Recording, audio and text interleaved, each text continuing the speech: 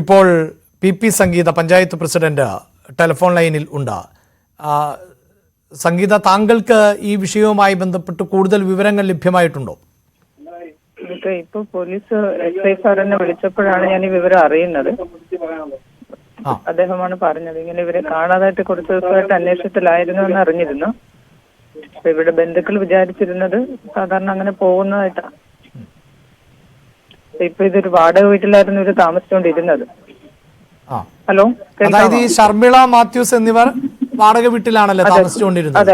അതെ, വാടക വീട്ടിലാണ് താമസിച്ചുകൊണ്ടിരുന്നത്. അപ്പോഴാണ് ഈ സുഭദ്ര എന്ന് പറയുന്ന ആളെ മിസ്സിംഗ് ആയത്. അന്വേഷിച്ചപ്പോ താങ്കൾക്ക് ഇവരെ പരിചയമുണ്ടോ? ഇല്ല, നമുക്ക് നേരിട്ട് പരിചയമില്ല. കാരണം ഇവര് നമ്മളുടെ പഞ്ചായത്തിലെ താമസക്കാരല്ല. ഇവര് കടവന്ത്ര എന്ന് പറയുന്ന സ്ഥലത്ത് നിന്ന് വന്ന് ഇവിടെ വാടകയ്ക്ക് താമസിക്കുന്ന ആളാണ്.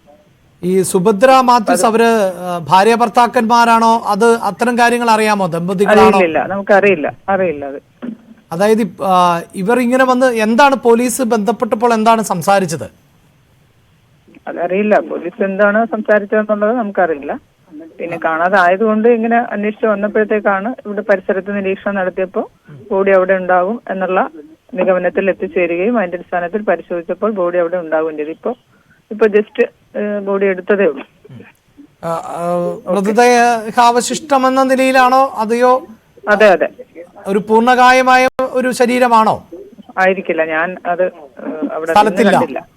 ശരി. അതായത് ലഭിക്കുന്ന വിവരങ്ങളാണ് താങ്കൾ പങ്കുവെച്ചത് അല്ലേ? അതെ, SI സാറുമായിട്ട് സംസാരിച്ചതിന്റെ അടിസ്ഥാനത്തിലുള്ള വിഷയങ്ങളാണ്. ഇപ്പോ ഞങ്ങൾക്ക് ലഭിക്കുന്ന വിവരങ്ങൾ അനുസരിച്ച് ഇതിപ്പോൾ 1 മാസത്തിലേറെയായി കാണാതായിട്ട്. കുറച്ചധികം നാളുകളായി ഈ പ്രദേശം കേന്ദ്രീകരിച്ച് പോലീസ് അന്വേഷിക്കുന്നു എന്നായിരുന്നു. അങ്ങനെ എന്തെങ്കിലും സൂചനയൊക്കെ ലഭിച്ചിരുന്നോ?